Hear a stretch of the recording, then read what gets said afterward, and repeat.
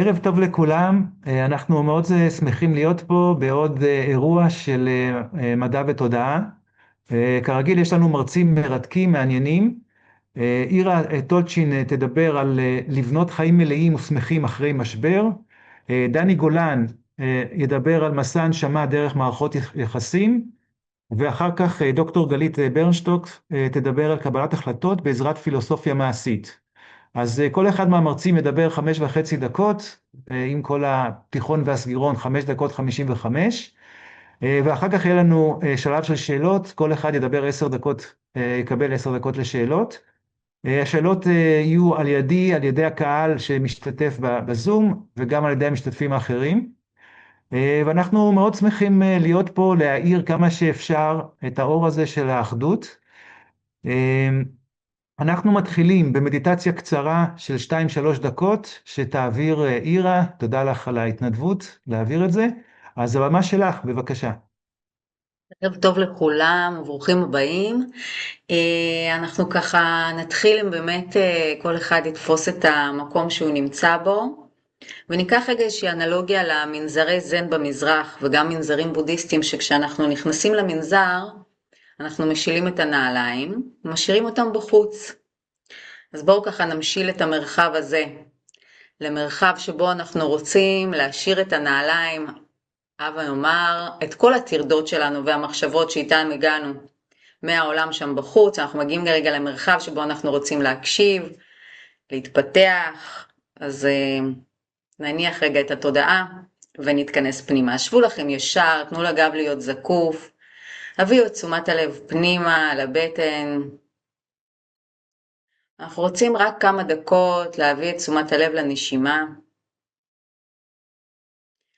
לנהל את הנשימה לבטן,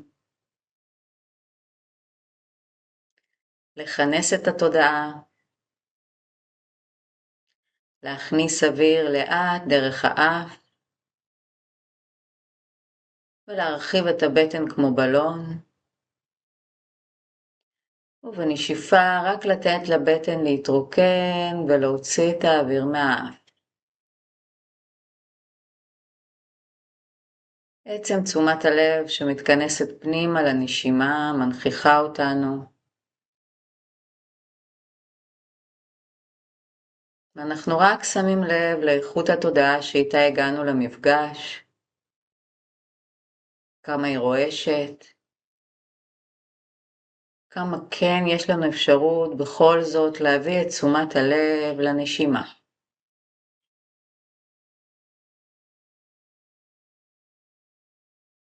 שימו לב לאיכות הנשימה שלכם,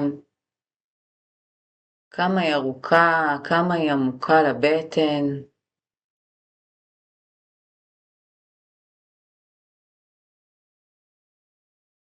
זה הכל. הפשטות של הנשימה, שמנכיחה אותנו ברגע הזה,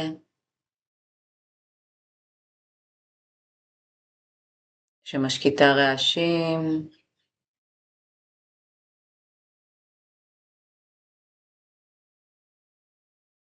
שמביאה למודעות,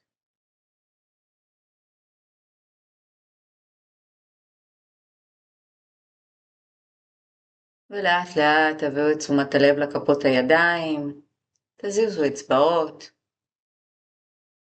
וצאו מהמדיטציה.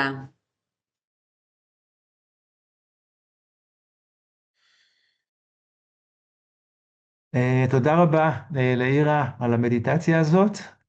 אנחנו פה מדברים על מדע ותודעה, ובעצם מאפשרים פה הרבה צבעים, וזה ממש כיף תמיד לראות שכל אחד מביא את הצבע שלו, גם את הצבע של המדיטציה. שמעתי את אירה בכנס שגם אני השתתפתי בו, בכנס בזום, ואהבתי מאוד את האנרגיות שלה, ולכן הזמנתי אותה לפה היום.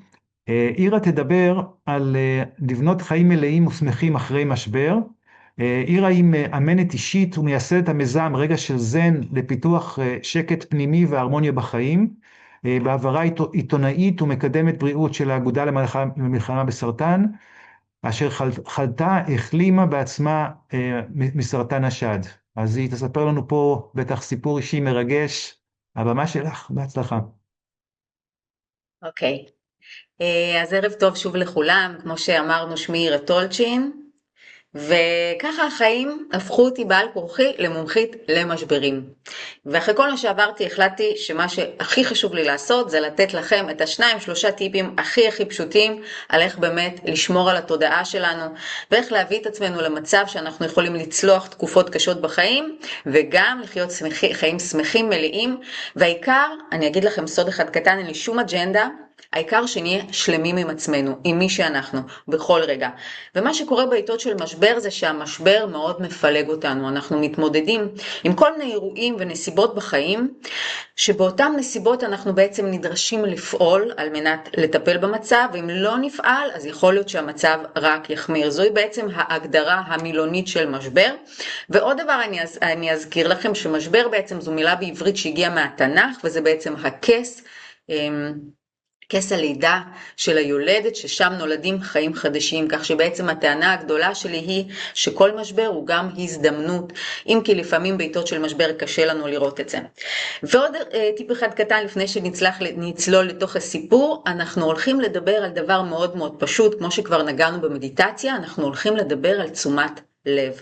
כי תשומת לב זו האנרגיה שלנו, זה כוח התודעה שלנו, ולאן שתשומת הלב שלנו הולכת בכל רגע נתון, לשם תזרום האנרגיה שלנו, ושם תהיה התודעה שלנו. אז פעולות מאוד מאוד פשוטות, ודברים מאוד מאוד פשוטים שאיתם אפשר לעבוד. אז שמי עירה טולצ'ין, אני נולדתי בשנות ה-80 בברית המועצות, רוסיה של היום, רחוקה מעולם הרוח, רחוקה מעולם תודעה. נולדתי למשפחה ככה הישגית, הייתי תלמידה טובה, שיחקתי שחמט, ניגנתי פסנתר, הייתה לי מערכת יחסים מדהימה של אהבה עם אמא שלי, הרגשתי מאוד מאוד אהובה כל החיים, ואז נולד לי אח קטן, ובאותו רגע שהוא נולד, אני הרגשתי איך אני בעצם חובה. אני לא אגיד שלא חוויתי יותר אהבה, אפילו יותר אהבה, אהבתי את אחי, אהבתי את אמי, אבל אותם יחסים של בלעדיות, של אהבה שהיו לי עם אמי, באותו רגע נפתחה מערכת יחסים חדשה. זה בעצם היה המשבר הראשון הגדול של חיי, שהמסקנה שקיבלתי אז כילדה קטנה זה שאני צריכה מאוד להתאמץ ולעבוד מאוד מאוד קשה, על מנת לקבל את האהבה של אמי בחזרה. אז באמת עבדתי מאוד מאוד קשה, הצטיינתי, הייתי בכל החוגים, ובגיל 15 עליתי לישראל. גם כאן לקחתי על עצמי מטרה ללמוד את השפה העברית, להצטיין ולהגיע לשים מבחינתי. הפכתי להיות עיתונאית, ישבתי באולפני טלוויזיה של ערוץ 13, ערוץ 12, הייתה לי פינת צרכנות ועוד פינות בתוכניות הבוקר והערב בטלוויזיה, וגם אז הרגשתי שאני ממש מצטיינת, אבל בשום שלב לא הצלחתי לקבל ולמלא את הבור הזה שנפער בי כשהייתי ילדה קטנה, כשחיפשתי את האהבה של אמא שלי. כן, כבר הייתי נשואה והיו לי ילדים קטנים, אבל בתקופת הקורונה הגיע גם משבר גדול בנישואיי. ואז שוב נזכרתי והסתכלתי ואמרתי, רגע, מה אני צריכה לעשות כדי לקבל ולמלא את הבור של אהבה? מיותר להגיד לכם ששום דבר שעשיתי בחוץ, כשהופעתי בטלוויזיה או עשיתי בעצם מאמצים גדולים, לא מילא את הבור הזה. רק כשהתחלתי באמת את הנושא של התפתחות אישית והתחלתי ללמוד את דרך הזן, גיליתי ששום דבר שאני אעשה החוצה לא ימלא את הבור שנפער בתוכי פנימה. ודווקא כשהתחלתי לעבוד באגודה למלחמה בסרטן, כנראה שלא סתם הגעתי לשם, משהו בחיים שלי הוביל אותי לשם. שם בתוך שנה וחצי בתפקיד הזה שעשיתי הסברה למניעת מחלת הסרטן בארגונים ובבתי ספר, חליתי בעצמי בסרטן השד. ואז כמו הסתכלתי על החיים שלי והבנתי שאם כל תשומת הלב שלי תהיה בחוץ, אם אני אבזבז את האנרגיה שלי רק החוצה, מי יאהב אותי, מה אני צריכה להגיד, מה אני צריכה לעשות על מנת לקבל אהבה, אני גם לא אוכל למלא את הבור הזה וגם אמשיך לתפקד כשאני שוחקת את עצמי.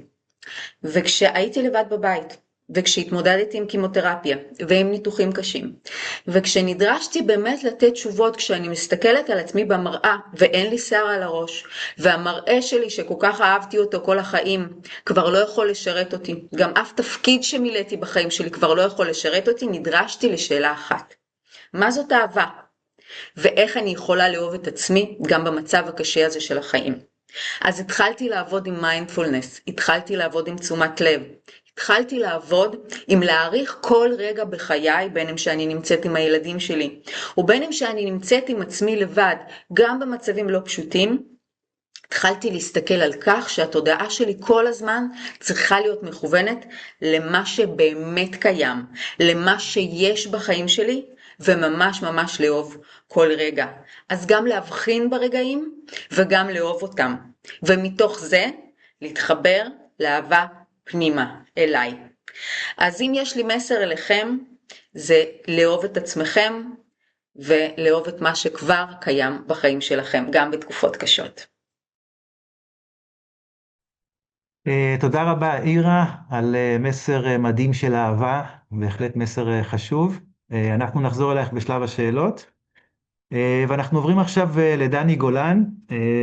דני גולן, מי שלא מכיר, יש לו הרבה סרטונים מרתקים באינטרנט, אני ממליץ להיכנס ולשמוע, ככה בעצם הכרתי אותו. אז דני גולן הוא חוקר חיבורים בין רוח לחומר, מנחה בקורס חניכה למסע הנשמה, וקורס האצת שליחות זרעי הכוכבים, מטפל ומרצה, והוא יספר לנו היום על מסע הנשמה דרך מערכות יחסים. אז דני, הבמה שלך, בבקשה. תודה רבה.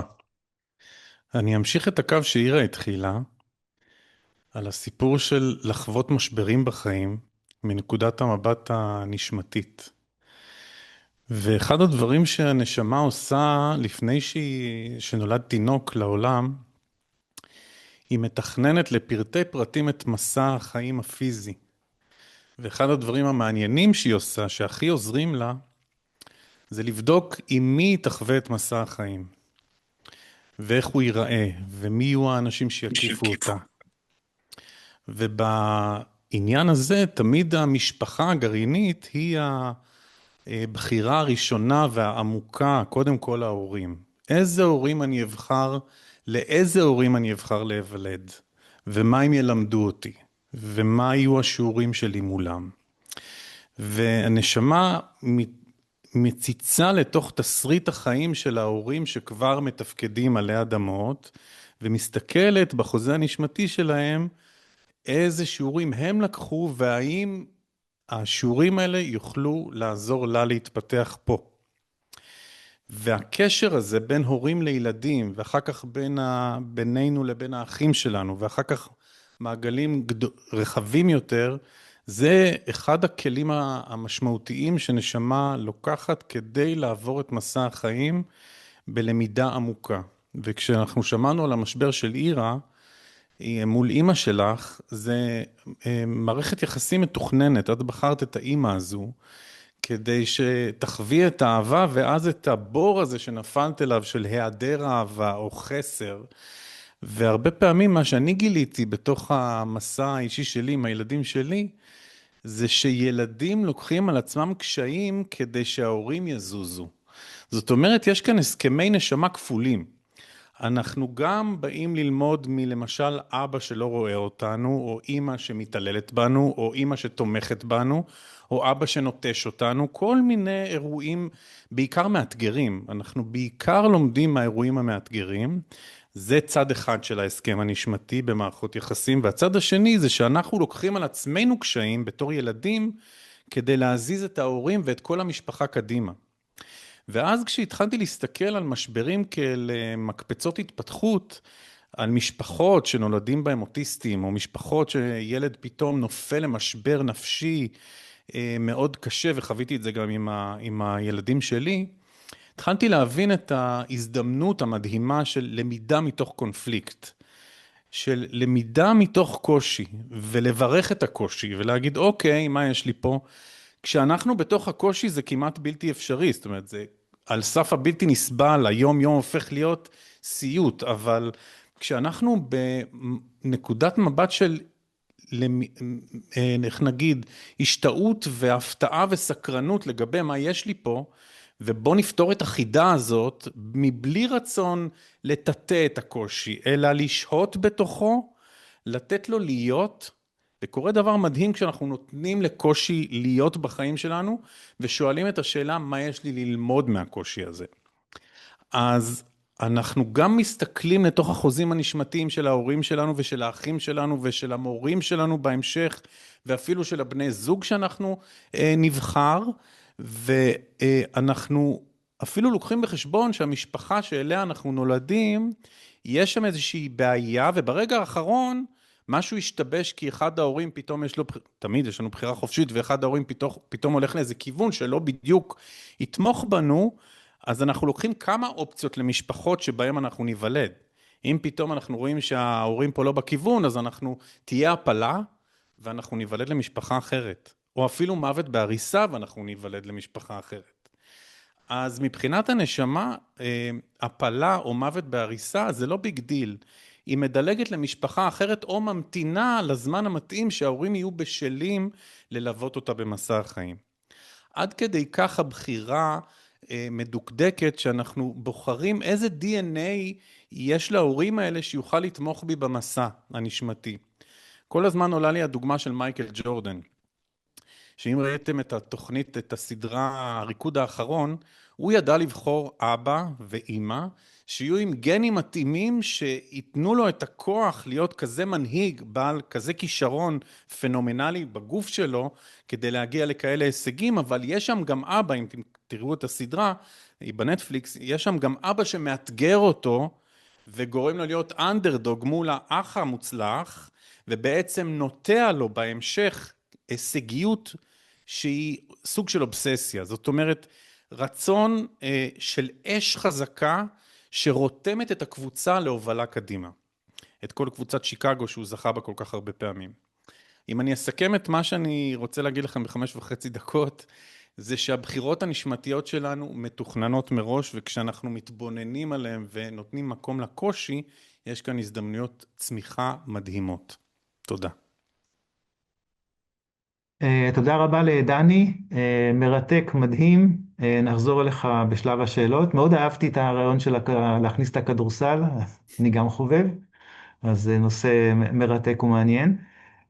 אנחנו עוברים עכשיו להרצאה השלישית של גלית, דוקטור גלית ברנשטוק. את גלית אני מכיר הרבה שנים, יצא לנו לדבר לא מזמן, ופתאום גיליתי שהילד הקטן שהיה לה כבר בכיתה ז', כבר בן 13 כנראה, ואני זוכר אותו בתור זעתות. אז גלית היא בעלת דוקטורט בפילוסופיה באוניברסיטת חיפה, מסייעת למנהלים בארגונים ולאנשים פרטיים לקבל החלטות מדויקות בצורה קלה ומהירה יותר, באמצעות כלים של פילוסופיה מעשית. במקביל היא חוקרת ומלמדת קבלת החלטות, קונפליקטים ואתיקה בעסקים באוניברסיטת חיפה, והיא גם תלמידה ומתרגלת ותיקה של יוגה ופילוסופיה הודית. אז גלית תדבר לנו היום על הנושא של קבלת החלטות בעזרת פילוסופיה מעשית. הבמה שלך, בהצלחה. תודה רבה, אלון. אז מהבחירות שדני דיבר עליהן, אני אדבר על קבלת החלטות. ודבר שאני רוצה לשאול אתכם, אותנו, כמה זמן במשך היום שלנו אנחנו מקדישים לקבלת החלטות? כמה פעמים אנחנו מוצאים את עצמנו תקועים, מבולבלים, נעים בין אפשרויות שונות, בודקים נתונים, מחפשים איך לצאת מהתקעות, ואיך בעצם לקבל החלטות שיהיו טובות לנו, שנוכל להיות שלמים איתם, שנוכל ללכת איתם לאורך זמן. ומה שמפתיע, שלמרות כל המידע שנגיש לנו היום, וכלי ה-AI שנותנים לנו תחושה שקל היום יותר לקבל החלטות, אז בנושא אנחנו יותר ויותר עמוסים, ויותר ויותר מקדישים זמן ואנרגיה לנושא הזה. וכמו שני המשתתפים הקודמים, גם אני הגעתי לנושא הזה מתוך סיפור אישי. קבלת החלטות זה היה האישו של החיים שלי. כל החלטה, קטנה וגדולה. יכולתי לנסוע עם המחשב ברכב בשביל לשבת לעבוד איפשהו ולהתלבט באיזה בית קפה אני עכשיו הולכת להעביר את השעתיים-שלוש הקרובות שלי.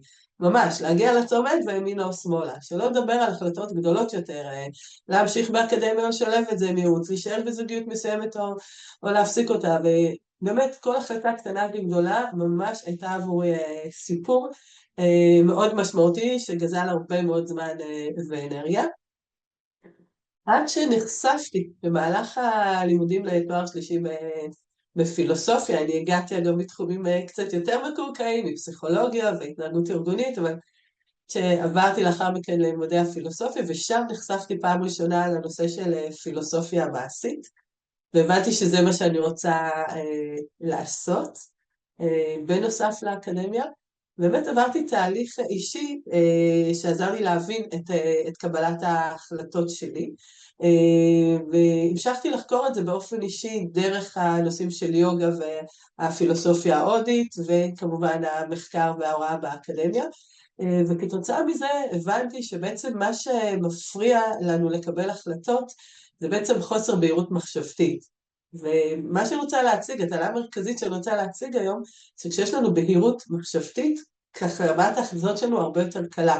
זה מדויק לנו יותר, קל לנו יותר, וההחלטות שלנו הרבה יותר שלבות.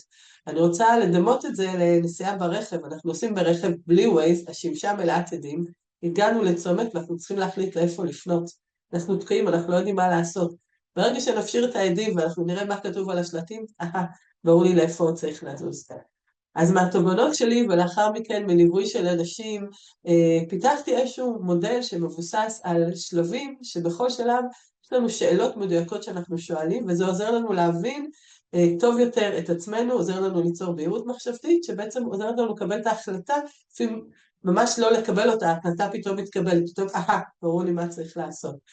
אז אני אדבר על השלב הראשון, והשלב הראשון זה להבין מה בדיוק הבעיה. הרבה פעמים כשאנחנו מתלבטים בהחלטה מסוימת, אנחנו דנים באיזושהי שאלה שזה בעצם הקוצרת, זה הצרה, וזה לא הבעיה עצמה. ובשביל לא להישאר באוויר, אני אתן דוגמה. לא מזמן ליוויתי בחור בסוף שנות ה-40 שלו, אבא לשני ילדים, נשוי, עובד בהייטק, בתפקיד ניהולי, ובעצם הוא הגיע אליי עם השאלה, האם לגשת למכרז, האם לגשת לתפקיד בכיר יותר, ניהול בכיר יותר, או בעצם לפרוש ולעבור לעבוד כיועץ עסקי. הוא הגיע אליי עם הרבה מאוד נתונים, אסף נתונים פיננסיים, נתונים על מצב השוק, הלך גם ליועצים עסקיים שעזרו לו לעשות מחקר שוק וכו', ועם כל הנתונים האלו היה תקוע. ותוך חצי שעה של שיחה, אולי פחות, הגענו להבנה שבעצם השאלה האמיתית שלו, האם הוא נשאר נאמן לעצמו, למה שהוא רוצה, למה שחשוב לו, או בעצם ממשיך לענות על הציפיות ועל הדרישות של הסביבה, הדבר של המשפחה שלו והחברים, ומה שמקובל ומה שנחשב. ברגע שהבנו שזו הבעיה שלו, זאת השאלה האמיתית, צריכה הלכה לכיוונים אחרים של ערכים, של צרכים, של תפיסות עולם, של אמונות, ומהר מאוד היה לו מאוד ברור, ולא רק שהיה לו ברור, היה לו גם את הביטחון לבוא ולשתף את המשפחה שלו בהחלטות. אני מדלגת וקופצת ככה לשלב האחרון, הרבה פעמים קשה לנו לקבל החלטה, כיוון שאנחנו פוחדים מטעויות. וכאן אחת ההמלצות שאני ככה ממש בחום מציעה, כשאנחנו מקבלים החלטה במיוחד כשהיא חשובה לנו, לרשום לנו ברגע קבלת ההחלטה מה בדיוק הביא אותנו לקבל את ההחלטה, מה היה המצב הרגשי, הנפשי שלנו, מה היה המצב מסביב, מה ידענו על האפשרויות השונות, מה ידענו על עצמנו, ולמה? יש לנו הרבה פעמים נטייה לשפוט את ההחלטות שלנו ביעבד, מה שנקרא חרטות, למה לא עשיתי ככה, האם רק הייתי עושה אחרת וכו'. אבל בעצם הדבר היחידי שהיה לנו זה מה שידענו בזמן ההחלטה. בהנחה שברגע קבלת ההחלטה עשינו את הטוב ביותר שיכולנו. וכל חרטה היא רק בדיעבד, אבל בעצם לא יכלה לעשות שום דבר למצב הקודם. אז כשיש לי את הדברים כתובים, קל יותר להתמודד עם חרטות שבאות לי בדיעבד. תודה.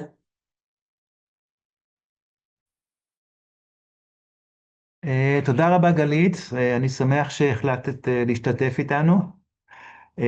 אז אנחנו נחזור אלייך בשלב השאלות. סיימנו עכשיו את שלוש ההרצאות של המרצים ונעבור לשאלות.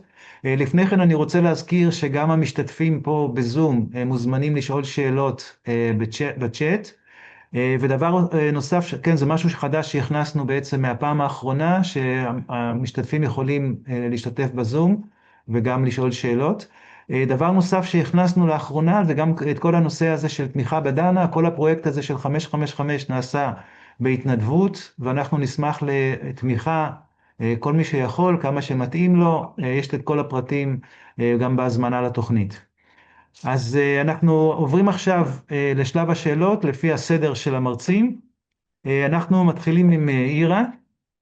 אירה, קודם כל רציתי להגיד לך שבתור עולה, או אמנם עולה ותיקה, אבל יש לך עברית מצוינת, ממש אי אפשר להבחין בכלל שאת עולה מרוסיה.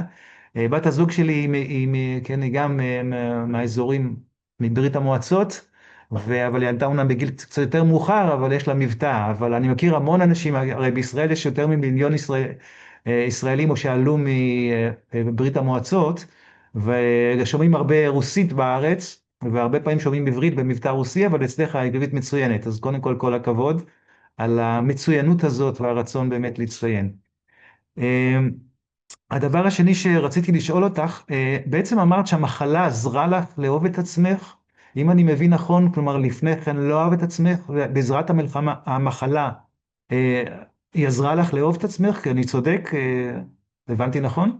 כן, אחד המסרים שבאתי להעביר זה באמת מסר של אהבה עצמית, זה לא שלא אהבתי את עצמי, אבל הרבה פעמים אהבה אצלנו, כלפי עצמנו, היא אהבה תלויה בדבר. כשאני אשיג את התוצאה הזאת והזאת, כשאני אדבר עברית כמו שהצברים מדברים, אז אני אהיה מספיק טובה.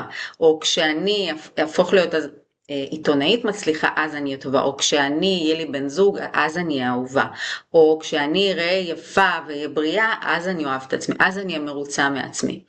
בעצם כשאנחנו שמים מיקוד חיצוני על התפיסה שלנו את עצמנו, כאשר מצד אחד זה בסדר כשזו אמביציה בריאה, מצד שני וגם באמת שאיפה למצוינות, מצד שני כשהחיים באים ושמים לנו מול המראה, דבר כמו נשירת שיער בעת מחלה, או חוסר מסוגלות פיזית, והמון המון דברים, אז אין לך ברירה אלא להתבונן על ההישגיות הזו ועל הדברים האלה ששמת פעם כתנאי לאהבה, אוקיי? זה לא שלא אהבתי את עצמי, אבל באמת ראיתי שהמון המון המון תנאים חיצוניים הכתיבו את המצב רוח שלי, את היחס שלי לעצמי. אז באמת לדעת להעריך את התהליך ולא רק את התוצאה, ולהעריך ולהוקיר את עצמי בזכות מי שאני. פשוט אני ראויה מעצם היותי, ולא כאשר אשיג תוצאה כזו או אחרת. אז זה המסר שלי. באמת תודה רבה, זה מסר נפלא, ואנחנו רוצים גם להעביר אותו לצופים. קודם כל תאהבו את עצמכם, תקבלו את עצמכם, אתם נפלאים בדיוק כפי שאתם, כל אחד יש לו את המתנות שלו לעולם, את הייחודיות שלו, אז באמת הדבר הכי חשוב זה אהבה עצמית. אני מתייחס למה שדני אמר, שהוא דיבר על זה שצריך לברך את הקושי. האם את מברכת בעצם את המחלה שעברת, את הסרטן שעברת? כן, אני חושבת שזה באמת כשזה הגיע לחיי, כמו כולם, אני חושבת שכל כל בן אדם שמקבל בשורה על משהו שמסכן את חיי, כאימא, כאישה צעירה, זה בהתחלה כמובן שוק מאוד מאוד גדול, ואין בזה שום ברכה, אבל עם הזמן, ככל שעושים תהליך, וככל שאני הבנתי שאני עוברת כאן תהליך כל כך עמוק, שהוא לא רק ריפוי פיזי, הוא גם ריפוי בנפש, עשיתי תהליך מול ההורים שלי, עשיתי תהליך באמת מול הרבה מאוד אנשים וגם מול עצמי, תהליך מאוד מאוד עמוק, ובזכות מה שעברתי אני גם מי שאני היום, ועושה את מה שאני עושה. אני מלווה נשים במשבר, אני מורה לדרך הזה, אני מנחה, אני מדריכה, ואני מרצה בארגונים על הנושאים האלה, על מיינדפולנס ומנחה מדיטציה, ואני חושבת שלא הייתי יכולה להגיע באופן שבו הגעתי למי שאני היום, בלי שהייתי עוברת את תהליך ההחלמה, אני אגב קוראת לזה החלמה. וכן, בסופו של דבר אני מברכת על מה שקרה לי, על מה שעברתי. כן. אגב, בהקשר הזה שמעתי פעם משפט מאוד יפה, אין חולי סרטן, יש מתמודדי סרטן. כלומר, כל אחד יש לו את ההתמודדות שלו בחיים, וכל אחד את האתגרים שלו. שאלה קצרה, כלומר, דיברת על דרך הזן, זה בטח נושא להרצאה שלמה, אבל תוכלי אולי ממש בקצרה לספר לנו מה זה אומר דרך הזן? אוקיי, אז דרך הזן מלמדת אותנו קודם כל לדעת, לקבל ולהאמין בעצמנו. זה בסופו של דבר מה שאנחנו מקבלים אם אנחנו הולכים את הדרך הזו, ומדובר בכמה כלים מאוד מאוד פשוטים של נוכחות ברגע הזה, של לתפוס את העולם כפי שהוא, ולא כפי שאנחנו תופסים אותו במחשבה, להבדיל בין מה שקורה במציאות, בין העובדות לבין האשליה של המחשבות שלנו על המציאות, ולחקור את עצמנו בתוך כל הסיטואציה הזאת, מי אני מול סיטואציה, מדוע אני מגיבה כפי שאני מגיבה, ולהטיל ספק בתפיסת האני בכלל. אוקיי, מי זה האני הזה שמנהל את כל המכלול הזה של רגשות, תפיסות, דחפים, וכל תפיסות העולם שלנו. שלרוב תפיסות העולם מנהלות אותנו, אז פה אנחנו באים לאתגר ולומר, אוקיי, יש רק את מה שיש, יש עצים ירוקים, יש שמיים כחולים, יש אותי מדברת, יש אתכם מקשיבים. מה שאתם כרגע חושבים עליי, או אולי על מה שאני אומרת, או איפה שהתודעה שלכם נמצאת, אשליה. אז באמת דרך הנוכחות ברגע הזה, דרך המדיטציה, דרך להסתכל על המחשבות שלי, על התפיסות שלי, על הרגשות שלי, אפשר לקבל את אותה הבהירות שגלית דיברה עליה, אז בסופו של דבר הכל ככה מתחבר, ואנחנו מאוד מאוד עובדים על בהירות של התודעה, הצלילות של התודעה, בהירות מחשבתית, לראות את הדברים כפי שהם. וזו יכולת שמתפתחת ככל שמתרגלים. מדיטציה, ולומדים את העקרונות. בסדר, יפה מאוד, תודה על התמצית הזאת.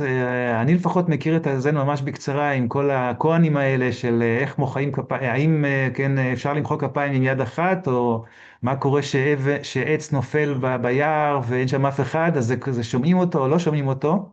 אז אני עכשיו מבקש מכל הצופים למחוא לך כפיים ביד אחת. אז אנחנו פותחים את אתה יודע מה זה כהן? כהן זה בעצם שאלה פרדוקסלית שאין עליה תשובה. שאתה בעצם כן. אמור ככה להפעיל את האינטואיציה יותר מאשר את המוח. כן, בהחלט. אז אנחנו פותחים עכשיו את הסשן של השאלות גם למשתתפים האחרים, גם למרצים האחרים וגם למשתתפים בזום. מי שרוצה מוזמן לרשום בצ'אט שאלות. ואני מזמין את גלית ודני לשאול שאלות את אירה, בבקשה. אירה, אני רציתי לשאול אותך על הסרטן. מתי התחיל אצלך תהליך ההחלמה? זאת אומרת, מתי נפל לך הסימון שיש פה סוויץ' ומתחיל תהליך החלמה? אני חושבת שמהרגע הראשון. לא מהרגע הראשון. התקופה הראשונה של הבירור, של באיזה שלב אני נמצאת, מה קורה, זה היה שלב הישרדותי לגמרי. זה היה מתקדם השלב של הגילוי? לא. למזלי תפסתי את זה בזמן, אבל בתקופה הזאת שלפני שקיבלתי את התוצאות של הבדיקות, לא ידעתי מה השלב, כלומר לא ידעתי מה המצב, איך אני אצא מזה. אז זה השלב ממש הישרדותי, שכל מה שעשיתי בו זה שעבדתי עם התודעה ברמה של לא לתת לפחד להשתלט, ורק לעשות את מה שצריך לעשות כדי לעבור את זה. אבל ברגע שקיבלתי תשובות, שזה שלב התחלתי, שאני צריכה לעשות א', ב', ג', ד', לעבור תהליכים מאוד מאוד קשים כמו קימו, כמו ניתוחים, אבל אני אצא מזה, שזה רק עניין של באמת, כאילו קיבלתי בעצם את האמונה שאני אעבור את זה, אז התחיל התהליך של אמרתי, אוקיי, אני עושה הכל, ואני עושה הכל גם כדי שזה לא יחזור, כדי שאני... חצי שנה קימו, ניתוחים, אני חושבת שתוך שנה וחצי הייתי אחרי הכל, אני כרגע 2 וחודשיים אחרי. וואו. אז... מה למדת מזה? מהאירוע הזה? למדתי המון דברים. קודם כל למדתי את הפלא של הגוף האנושי, שזה הדבר מטורף, מה שהוא יכול לעבור, ואיפה הוא יכול להיות, ואיך הוא יכול לקום מזה, זה היה ממש מדהים לראות. למדתי על הכוח של אהבה, המון למדתי על זה באמת, כי זה הדבר העיקרי שעבדתי איתו. ולמדתי גם על הכוח של התודעה, כמה המחשבה יכולה להחליש, כמה הדפוסים האוטומטיים שלנו יכולים להשתלט דווקא ברגעים הקשים. כי מאוד מאוד קל, כשהכל טוב והכל על מי מנוחות, מאוד קל להגיד, אוקיי, החיים שלי יפים, אנשים אוהבים אותי, אבל כשאת באמת במצב שאת נזקקת לעזרה, אני הייתי אומרת שפגשתי, כאילו כמו פגשתי זקנה בגיל צעיר, הייתי ממש נזקקת, הייתי צריכה המון עזרה. מכיוון שההורים שלי עדיין לא חיים בישראל, הם לא נוהגים כאן, הם הגיעו להיות כאן איתי, אבל הייתי צריכה. אז חברים, חברות, ואנשי סנגה, שזה אנשי מדיטציה. לא היה לי בן זוג באותה תקופה, לא. אז ממש הייתי צריכה להתמודד ככה עם... ומאוד מאוד קל ליפול במצבים האלה לעמדה קורבנית, לעמדה כועסת, לעמדת מסכנות, וכאן ברגעים האלה, זה באמת לבחור באהבה. גם כלפיי וגם כלפי הסובבים אותי. אני תמיד מצדיע לאנשים שמחלימים ממחלות רציניות. אני מאוד הופתעתי שזה הגיע. לא היה לי שום דבר במשפחה ולא היה לי שום מזה, אבל אמרתי, טוב, אם זה הגיע אליי, זה כנראה שיעור שאני צריכה ללמוד. ואני שמחה שהנשמה שלי בחרה את השיעור הזה ולעבור אותו בסופו של דבר. אנחנו קרובים לסוף הזמן, אבל בואו ניתן הזדמנות גם לגלית לשאול שאלה, אם יש לה איזה משהו שבוער בעצמותיה. בוער בעצמותיי, כן. דני שאל אותך יותר על הכיוונים התודעתיים, ואני רוצה לשאול עליה יותר על הפרקטיקה. את אישה מאוד תכליתית, מאוד הישגית, מאוד הצגת יעדים וכו'. מה קרה למאפיין הזה אצלך בעקבות זה? האם היה שינוי או זה נשאר אותו דבר? מה קרה לזה בעקבות המחלה? אז קודם כל להחלמה, זה אחד הפרויקטים הכי הישגיים שלי. את יודעת, אמרתי, זה הפרויקט, אני מחלימה, אני עושה הכל כדי לעשות את זה, וזה מה שקרה. היום אני בעלת עסק, אני עובדת באותן שיטות, אני הרבה יותר סלחנית אליי, אני הרבה יותר סומכת על תהליך, אני עובדת עדיין כל הזמן על לקבל את מה שיש, ולא רק את מה שאני רוצה שיהיה, והרבה יותר קשובה לגוף, ולקולות הפנימיים של מה כן ומה לא. אני פחות מכריחה את עצמי לעשות דברים מאשר פעם. כאילו פעם הייתי ממש הולכת ככה דוך ועושה כי צריך, והיום אני עושה כי אני אוהבת. תודה. תודה לך. תודה רבה, אירה. אנחנו כמובן מאחלים לך, כן, שתהיי בריאה, אני בריאה. שתהיה ההתמודדות האחרונה שלך עם הדברים האלו, וחיים בריאים ומאושרים. כל הכבוד באמת על ההתמודדות הזאת ושיצאת ממנה. אז אנחנו ממשיכים עכשיו לשלב השאלות לדני גולן, שדיבר על מסע הנשמה, והייתה הרצאה מעניינת, ואני רציתי לשאול לך דבר מאוד פשוט. מאיפה יש לך את כל המידע הזה על מה שהנשמה עושה? כן, תמיד שואלים אותי, דני, מאיפה תגיד, אתה ממציא, אתה מאמין בזה? אתה באמת חושב שנשמה נכנסת ומסתכלת בתסריט החיים של ההורים או של סבא וסבתא? אז אני סקרן מאוד, וקראתי ספרים של דלורס קנון. דלורס קנון נפטרה ב-2014, והותירה אחריה 19 ספרים. היא הייתה היפנותרפיסטית שהכניסה את האנשים את תהליכי זכרות בחיים קודמים שלהם, ושם יש המון מידע על החיים שלאחר המוות, והחיים החיים של הנשמה לקראת הכניסה לגוף. וקראתי את הספרים של דוקטור מייקל ניוטון, כתב גם כן 2 רציניים מאוד, מסע הנשמות וגלגולן של נשמות, ואת הספר של דוקטור בריין וייס, ואני בודק את הכל דרך המסננת שלי. זאת אומרת, אני עם הילדים שלי, אני עם ההורים שלי, אני עם עצמי, אני עם בת הזוג שנפרדתי ממנה, ותמיד מנסה לבדוק אם התוכן שאני קורא עושה לי שכל, מרגש אותי, אני מבין אותו, יש בו היגיון, אני מצליב אותו מכל מיני מקורות. למדתי גם קורס שנקרא קורס תודעת העל, 5 שנים, ואני קולקטור כזה, ושמתי לב שברגע שאני מרגיש עמוק בתוכי תוכן שקורא לי ומשמח אותי, אני חייב לצעוק אותו החוצה, לפני זה ללמוד אותו ואז להביא אותו החוצה. ואני חושב שאין פה אמת אחת, יש פה נקודות מבט, וזאת הנקודת מבט שאני אימצתי ואיתה אני הולך. נפלא, באמת נפלא. הדבר השני שרציתי לשאול אותך זה שיש תפיסה שבעצם בני המשפחה שלנו, אנחנו בעצם מכירים אותם בגלגולים קודמים, וזה רלוונטי גם הרבה פעמים לזוגיות שלנו. עם הבני זוג שלנו היה לנו איזשהו סיפור איתם בגלגול קודם, ועכשיו אנחנו באים לסגור מעגל או משהו כזה. מה התפיסה שלך לגבי זה? אני מבין לגבי הילדים שלי, לפחות לגבי 2 מהם, שאותם אני מכיר ממש. אני ממש יודע איך הבת שלי תחשוב, היא מאוד מאוד דומה לי, וגם הבן הצעיר שלי. אבל הבן האמצעי שלי, אני לא יודע איך הוא יחשוב, וזה מאוד מאוד מפתיע אותי. והפרודה שלי, אני מכיר אותה, אני מרגיש שאני מכיר אותה. מה זה מכיר אותה? ההיכרות האינטימית, לא אינטימית מינית, אלא ברמה של אתה יודע איך הבן אדם יחשוב, או אתה יודע מה מפעיל אותו, או אתה יודע איך הוא מתנהל עם עצמו, מה הנקודות כאב שלו. ההיכרות האינטימית הזו עוזרת לי להבין, גם לא רק במעגל הקרוב, אלא במעגלים גדולים יותר, שאלה אנשים שזה שאני מזהה את הקרבה אליהם, או איך הם יחשבו, או איך הם יתנהגו בסיטואציות מסוימות, והרבה פעמים הם נותנים לי מראה חיובית, או מראה שלילית על כל מיני נקודות מבט, וזה יכול להיות אפילו קונפליקטים עם אנשים, אבל אתה מכיר אותם, אתה מרגיש שיש לך מגנט איתם.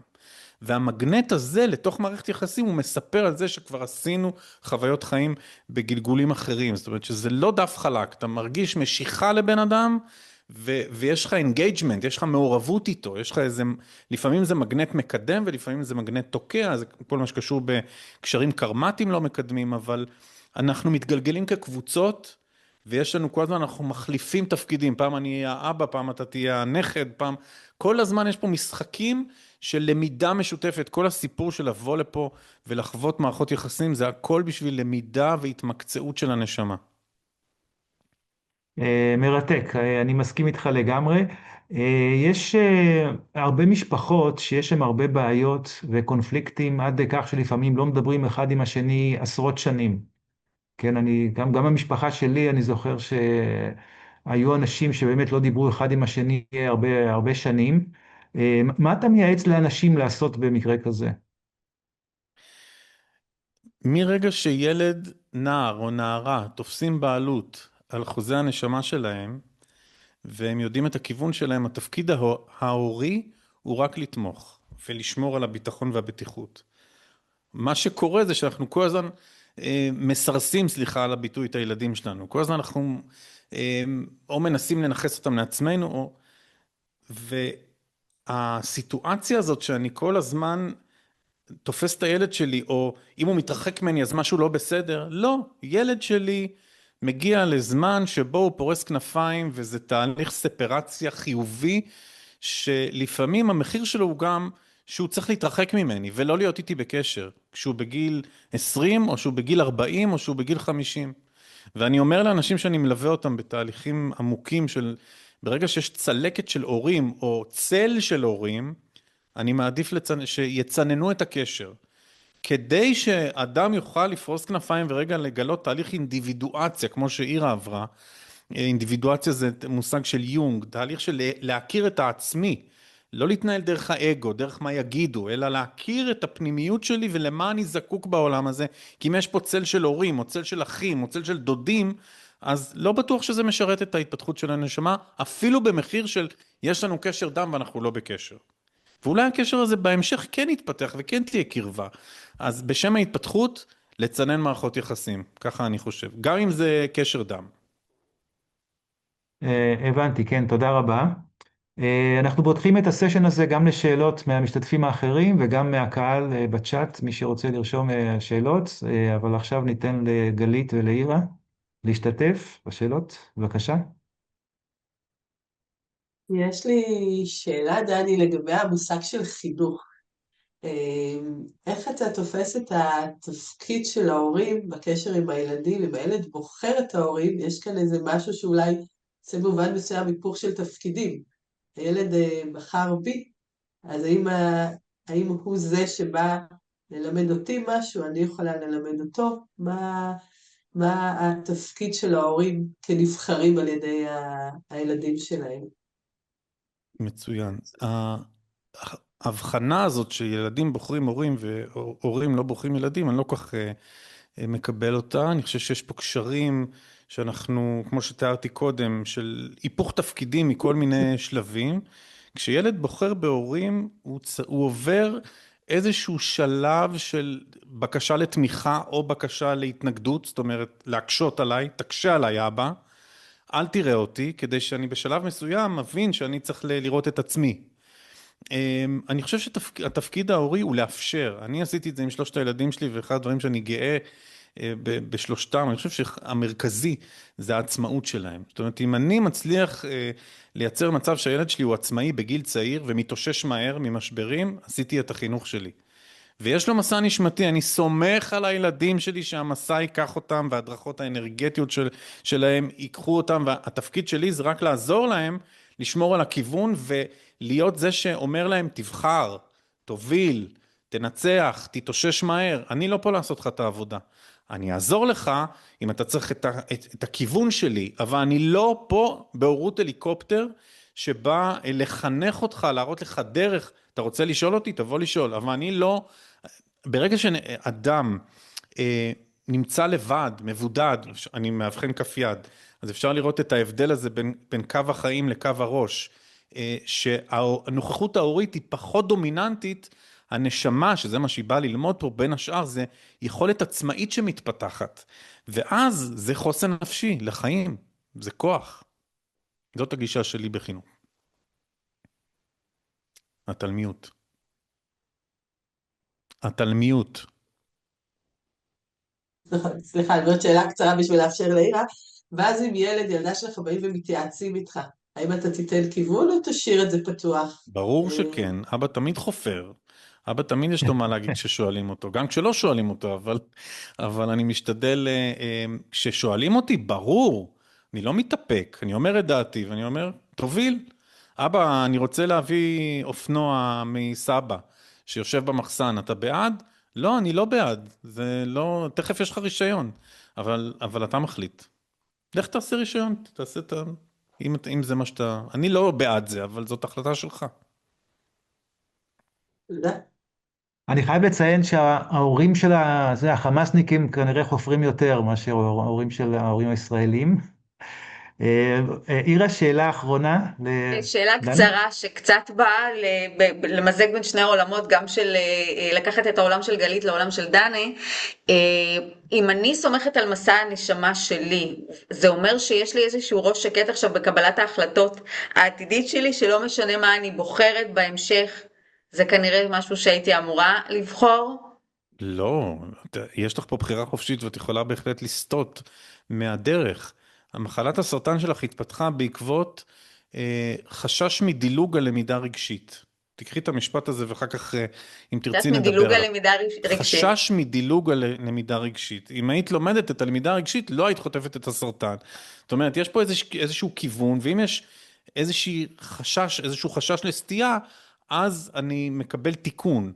אבל אני אמור להיות אקטיבי, ולהקשיב ולתת רגע למציאות, להביא לי את האתגרים שדרכם אני אתקדם, ואם תהיה לי חסימה, לא אתקבל לעבודה, אני אהיה חולה, זה סימן שאני לא מדייק. אוקיי? אז מעכשיו אין לי ברירה אלא לדייק, אוקיי. אז על דרך האלימינציה אני מדייק. מעולה. אוקיי, תודה.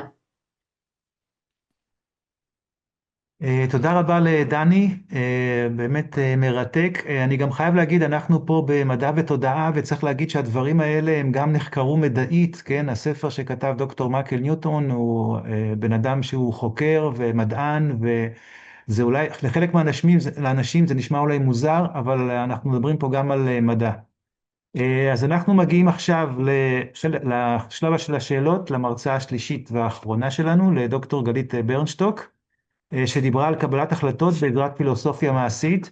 אני חייב להגיד שברגע שמעתי את הנושא שלך, אמרתי, רגע, מה פילוסופיה ומעשיות, שני דברים שלא מחוברים, אבל אנחנו עוסקים גם במדע ותודעה, שלכאורה לא מחוברים, אבל הם באמת מחוברים, אז אני מאמין שהם באמת מחוברים. אז אני שמח לראות שאת באמת מצליחה לחבר.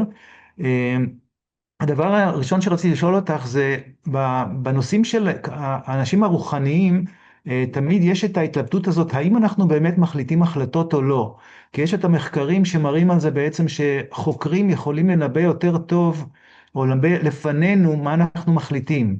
אז האם את יכולה להתייחס למחקרים האלה, שלמשל מבקשים בן אדם ללחוץ על כן או לא, ובעצם חוקר מוח שרואה את התבנית שלו יכול לזהות לפניו מה הוא ילחץ? אז המחקרים האלה הם מחקרים מאוד נקודתיים מהתחום של פסיכולוגיה של התפיסה, שעוסקים באמת בהחלטות מוטוריות, שאולי שם יש משהו שבאמת יכול לנבא את זה. אבל כמובן שההחלטות שלנו הן לא מהסוג הזה, ההחלטות שלנו הן החלטות שמערבות ערכים שלנו, רגשות שלנו, אינטואיציה שלנו, שמתלבשים על נתונים קיימים, וזה כבר, אלה הדברים שחקר המוח לפחות נכון כיום, או לפי ההבנה שלנו, לא יודעת אם אי פעם באמת יוכל יוכל לנבא אותם. אנחנו מדברים פה על החלטות שמערבות חלקים שהם לא החלקים הפיזיולוגיים שאתה בעצם במחקרים שאתה מתאר אותם. כן, אני לא בטוח שהבנת את התשובה שלך, אבל בסדר, בואי נתקדם. אז בעצם את אומרת שאת עוזרת לאנשים ולארגונים לקבל החלטות. את יכולה אולי לפרט על התהליך הזה? מה בדיוק את עוברת עם האנשים והארגונים? אבל דבר ראשון חשוב לי להגיד, שזה לא משהו כן שככה, אני לא לוקחת בעלות על העניין הזה. התחום של פילוסופיה מעשית זה תחום שהוא מתפתח בעולם החל משנות ה-80, זה פילוסוף גרמני בשם אכנבך שהתחיל לפתח אותו, אחד מהראשונים זה גם דוקטור אן להב, פילוסוף ישראלי שהיה המורה הראשון שלי, זאת אומרת זה בעצם חזרה אחורנית לימי יוון העתיקה, שסוקרטס הסתובב בשוק ושאל אנשים שאלות ועורר אנשים לחשוב, ובעצם אחרי זה, כן, בימי הביניים זה עבר לאוניברסיטאות, לכנסיות, זה נסגר בתוך המוסדות שהפכו את זה למשהו מחקרי רציונלי, ובעצם התהליך שעושים בעשרות שנים האחרונות זה להחזיר את זה בעצם לאיזשהו מקום ראשוני, שמה זה אומר? זה לקחת גם רעיונות פילוסופיים, ידע שקיים מזרח מערב, וגם דרכי חשיבה של שאלת שאלות, הדיאלוג הסוקרטי, של להסתכל על דברים, של המשגה, של מפות מושגים, תפיסות עולם, ובעצם לעזור לנו להבין טוב יותר את עצמנו, לעזור לנו ליצור בהירות כלפי עצמנו, כלפי העולם. אני נעזרת בזה בעיקר בקבלת החלטות, סליחה, כמו שאמרתי, גם דרך הסיפור האישי שלי, ובעצם מה שאני עושה עם אנשים, ובעיקרון זה לא משנה אם זה אנשים פרטיים או אנשים בארגונים, זה בעצם לפזר את מסך הערפל הזה. כי הרבה פעמים כשאנחנו מקבלים החלטה, אנחנו מתחילים עם מה שקיים בחוץ. איזה אפשרויות יש? בואו נבחר באפשרויות. אנחנו כל האנרגיה המחשבתית, תודעתית, איסוף הנתונים, הכל נמצא בחוץ, ובעצם אני לא מכירה את עצמי, את מי שמקבלת את ההחלטה, מה אני באמת צריכה, אני לא מבינה אפילו מה האפשרויות, מה האפשרויות השונות הקיימות. אז בעצם זה תהליך שמבוסס על שאלות מאוד מדויקות, מאוד קצרות, תשובות ושאלות קצרות, לא שיחות ארוכות, שעוזרות לנו פשוט להזיז הצידה את מה שממסך אותנו. אני מתחברת כאן לדברים שאירה אמרה, לראות את הדברים ככל הניתן כפי שהם, ואז נוצרת הבהירות הזאת, ואם אני חוזרת לשאלה הקודמת שלך, שפתאום ככה קופץ לי שאולי לא קיבלת תשובה, אז לפעמים ההחלטה פשוט מתקבלת. אני לא מתקבלת בצורה אוטומטית, כמו שאולי בודקים אותה, אבל מתקבלת מהאהה הזה, כמו שהעדים ככה מופשרים, זו בעצם הייתה החוויה שלי. אני התלבטתי במשך כמה חודשים, התייסרתי בהחלטה שחשבתי שזה ההחלטה המכריעה של החיים שלי, התייעצתי, בדקתי, יועצים, לא ישנתי בלילות, באמת זה הפך אותי 24/7 או מינוס שעות השינה שלי, וברגע אחד פתאום זה היה ברור לי מה לעשות. ואז הבנתי שהבהירות הזאת זה מה שעוזר לנו לקבל את ההחלטה בצורה מהירה יותר, קלה יותר, מדויקת יותר. ומשם הלכתי והעברתי את זה ועבדתי עם זה וראיתי את זה תוך כדי עבודה. אבל בעצם זה מבוסס על שאלת שאלות קצרות, מדויקות, שעוזרות לנו, ממקדות אותנו, מעיפות את כל מה שנקרא, אני אוהבת להגיד, cut the bullshit. זה בעצם מה שהתהליך הזה עושה בשתי מילים, ואז זה לוקח אותנו ישר לראות את מה שיש, ואז הרבה יותר קל לנו להחליט. תודה רבה, אני בהחלט מתחבר לתפיסה שלך, לגישה שלך. אני אגב מטפל גם בריפוי נשמתי של הלב, NLP ודמיון מודרך ועוד שיטות, ובעצם בטיפולים האלה מה שאני עושה על ידי נשימות, אני מביא את המטופל למדיטציה מאוד עמוקה, בשביל שיקבל את התשובות מבפנים. כלומר, אני לא נותן לו את התשובות, אלא מוביל אותו להבין בדיוק מה הנשמה שלו רוצה או מעוניינת, ופה אני מתחבר גם להרצאה של דני. אז אנחנו פותחים את הנושא הזה גם לשאלות משאר המרצים, וגם אם המשתתפים בקהל, אם רוצים לרשום בצ'אט. דני, אירה, שאלות לגלית? רציתי לשאול איזה מזל את. אתה מנחש? הקים את השאלה, יש לך משהו בראש? אני מנחש שאת אחת ממזלות המים. לא? אני מזל בתולה. אז בתולה זה עם אדמה אופן של מאזניים. אני שואל על המזל מכיוון שהמזל יכול לספר זה חלק מהמפה האסטרולוגית וזה איכויות שאנחנו לוקחים בהקשר של צידה לדרך של המסע הנשמתי. דיברת על ערפל, וכמזל בתולה, יש לפעמים בלוקים של חשיבה, כאילו, לא מצליחה לחשוב, יש כמו אדמה, זה מזל אדמתי, שנופל איזה בלוק. את זוכרת את זה גם בתור ילדה, נערה מתקשה לקבל החלטות? זו שאלה ששאלתי את עצמי, ניסיתי להבין איפה זה הגיע, אני חושבת שזה הגיע אחרי הצבא. אי שם, וביררת על מה בתואר יושבת שלי. על מה יושב הקושי לקבל החלטה? זה פחד? או על מה יושב הקושי? זה אחד הדברים שאני הבנתי בתהליך הייעוץ הפילוסופי הראשון שעשיתי, זה העניין של ההיקסמות וההימשכות החוצה. אה, מה יש שאירה הרבה אמר. אפשרות, הכל מעניין, אני לא רוצה להפסיד שום דבר, החרדה האקזיסטנציאליסטית הזאת, כל דבר שבוחרים מפספסים משהו אחר, אבל זה היה ככה כל הקולות שמעבבים. ועשה לי את הכיוון ההפוך, הכניס פנימה, ליצור את הבהירות בפנים, ואז הקולות המעבבים כבר פחות רלוונטיים. אוקיי, תודה.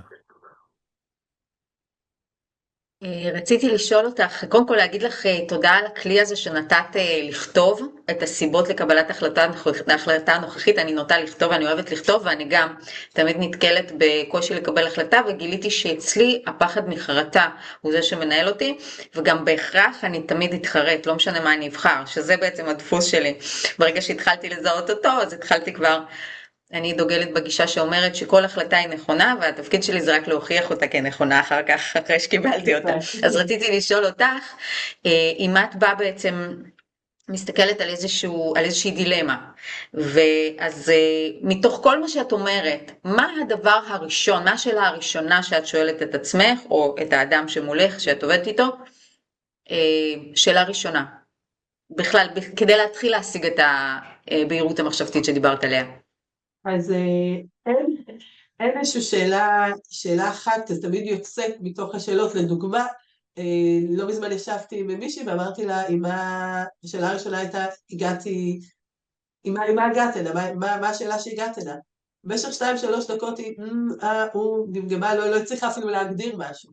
ופה זה התחיל שאלה על הקושי להתמקד, הקושי להגדיר, הקושי להתחייב.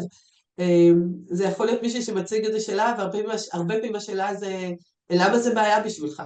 למה זה בעיה בשבילך? אנשים הולכים עם משהו שמעסיק אותם, ופתאום, רגע, למה זה באמת בעיה? אז זו גם שאלה. זה יכול להיות מישהי שמספרת שעה שלמה, ואני מבקשת כמה פעמים להגדיר, והיא לא מסוגלת להגדיר את השאלה, אז עם הקושי של לדייק. זה מאוד שונה מהאופן שאנשים מציגים גם את השאלה, כי בייעוץ הפילוסופי אנחנו עוסקים בתוכן ובחשיבה על, זאת אומרת, בצורה ובתוכן, בשביל להבין את דרך החשיבה. אז לפעמים זה גם איך שאת מציגה את השאלה. זאת אומרת, שני אנשים יבואו עם אותה בעיה, והאופן שבו תציגי אותה יגרום לשיחה לנוע מכיוונים שונים. לפעמים זה מישהו מציג שאלה, ואני אומרת לו, לא לה, תציעו 3 פתרונות. אז ככה קשה לי להגיד תשובה אחת, זה מאוד תלוי באופן, בתגובה למי שאני מדברת איתה. תודה רבה. תודה. תודה רבה לגלית, באמת נושא מעניין, כל הנושא של ההחלטות. אנחנו נסיים את האירוע הזה במדיטציה קצרה של גלית, ואחר כך מילות סיכום. אז גלית, בבקשה, 2-3 דקות מדיטציה קצרה. אז רגע לפני שאנחנו נפרדים וככה חוזרים כל אחד לעיסוק שלו, אז אני מזמינה אותנו בדיוק כמו שאנחנו נמצאים עכשיו, אין צורך ככה לזוז או לשנות מנחים, פשוט לעצום עיניים. רגע אחד, לקחת 2-3 נשיפות עמוקות ופשוט להרפות. לשים לב רגע אחד לבטח שיש אולי בכתפיים, בגב, פשוט רגע אחד להרפות ולהרגיש נינוחות. לשים דגש על הנשיפות שלנו. במקום נשיפה פשוט להרפות. לקחת נשיפה, שאיפה ונשיפה ולהרפות. להרגיש איך ככה אנחנו משחררים אחיזה בגוף, נותנים לגוף פשוט להיות. כל רפוי, שום דבר לא מוחזק. ואם בא לנו קצת ככה להישען אפילו, לעזוב את התנוחה הישרה והמאוזנת, זה גם בסדר. להרפות את הכל. להרפות מהמחשבות. קופצת לנו איזושהי מחשבה, חכי רגע, זה לא הזמן, תני לנו רגע שקט. פשוט לנשוף החוצה, את המתח, את המחשבות, זה מה יהיה. אנחנו כאן, עם השמחה של הרגע הזה, עם מה שיש לנו עכשיו, עם הגוף שלנו, שמחזיק אותנו, שאלנו ככה עם חיוך.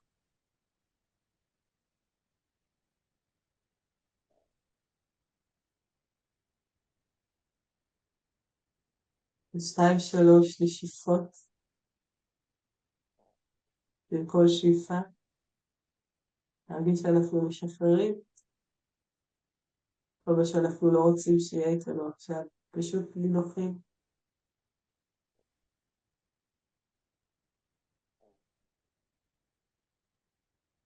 ומתוך הנינוחות הזאת, לאט לאט וברכות,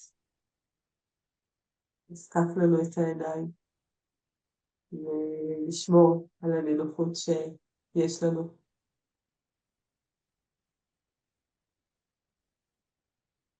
תודה רבה לגלית על מדיטציה נפלאה שמזכירה לנו באמת על החיבור לעצמנו למקור. היה לנו בפאנל הזה הרבה מילות חוכמה, תודה רבה למרצים, לאירה, לדני, לגלית, תודה רבה על הרצאות נפלאות, על עצות לצופים. אני מאוד נהניתי, מקווה שגם אתם הצופים. אם נסכם את הפאנל הזה, אז בעצם אנחנו מציעים לכם להחליט, לאהוב את עצמכם, ואז המסע הנשמתי שלכם יהיה הרבה יותר קל. והרבה יותר טוב. אז באמת תודה רבה לכולכם, תודה רבה גם ליעל מילו ולאנשים מאחורי הקלעים.